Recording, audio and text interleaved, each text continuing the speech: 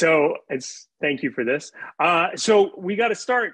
You're getting into this. You're into the spirits business. I know you don't drink. What prompted you to get into to found MoneyBag Vodka? Well, first of all, I own the MoneyBag logo worldwide and have for 28 years. It's the classic, round money bag that's got the dollar sign inside of it. And I have MoneyBag sodas, which are all over Canada in retail shops and across America as well.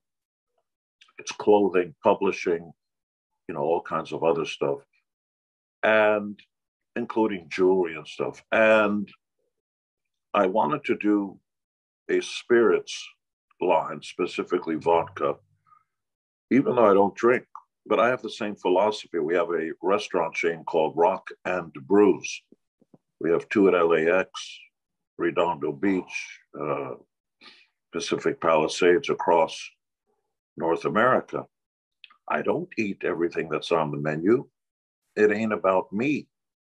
I mean, if you were a chef, I'll make the story short. If you were a chef and you hate carrots, and somebody came up and said, I love your restaurant. I think really you're a great chef and everything. Make me a carrot souffle or something that has to do with carrots. What are you going to say? Well, I personally don't eat carrots, so therefore you shouldn't have any carrots either.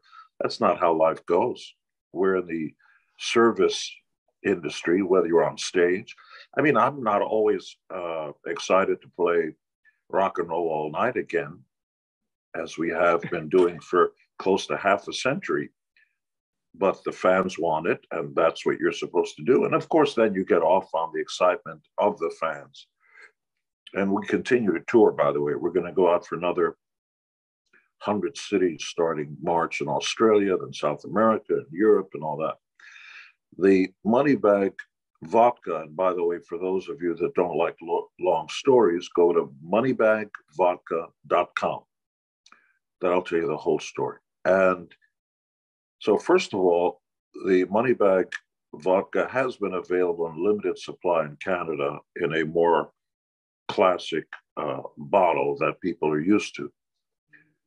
But it's not trademarked. Anybody can use those bottles. Dan Aykroyd's wonderful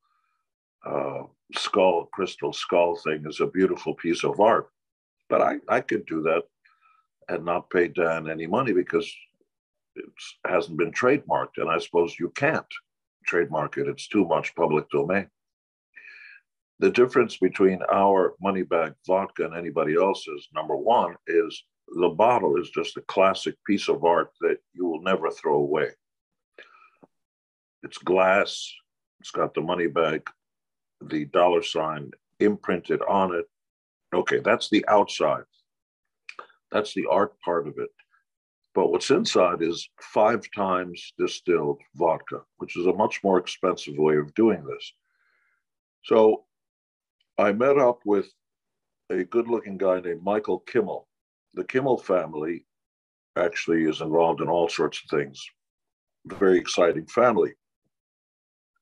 Very proactive and entrepreneurial. And they, among other things, co-own the Penguins hockey team out of America and lots of other stuff, real estate and everything. And we had a meeting of the minds. We liked each other. We sat down. Then I met his right-hand guy, Brandon. And just the three of us decided to do something not ordinary, not another spirit, but something extraordinary. Looks beautiful on the outside, tastes astonishing on the inside. It's already, by the way, winning all sorts of awards for tastemakers and people I'm not aware of because I don't pay attention to that stuff. At the end of the day, if you're running a race or I'm running a race, the best thing you can do is just look forward and be the best that you can be. If you're looking around for kudos or approval or what are they doing, should I be doing this, you're just going to be a follower instead of a leader. So I'm glad you asked me that question. MoneyBagVodka.com. That's really the short story. Back to you. I've always been impressed. Our paper's interviewed you over the years. with the amount of stuff that's licensed to Kiss. How did that all come about for you guys and the rest of the band? What part? How did what deciding to license Kiss onto everything? I mean, you can get buried in a Kiss casket. You can get Kiss condoms. You can get Kiss caskets. We'll get you coming, and we'll get you going. You see what I did there? That's not the first time I've said that. By the way, I'm also in the beginning stages of putting together the Kiss Museum at the Rio Hotel, which is my collection. I've been collecting the band and me for almost half a century. And boy, do I look good. And that's going to open around March. But the idea of merchandise licensing and all that stuff really came from Disney. And personally, I've always hated the idea that there were rules. Like if you were in a rock band, you weren't supposed to sell out. On the other hand, I always thought the idea was you should always try to sell out every night. See what I did there? These are semantics, but I'm not anti-semantic. So who are these people that make up these rules? Usually, they still live in their mother's basement in their 40s and, know all the scores for baseball and hockey. But other than that, I haven't done anything. So I tend to ignore critics. Really started with noticing when we were first playing only 3 to 5 shows in New York in clubs. And then we got a record deal and boom, within a year, we were headlining Anaheim Stadium with bands opening for us that had been around, 15, 20 years. It really happened pretty fast before cell phones, even before voicemail. This was around 70, by 76, we were playing stadiums in America. And the toy and merchandising thing started all the way back at the beginning when we noticed that a few fans who were just getting wind of Kiss locally in New York would show up with homemade Kiss t-shirts. They liked the way the logo looked, and so they put glue on their t-shirts, then take glitter and pour it on the glue and let it, sort of dry. And we said, wow, why don't they like that? Why don't we make that? And so we started to make our own stuff before we had companies interested in what we were doing. And so, the classic business model is give the audience what it wants. We didn't know that at the time. It just seemed like logical.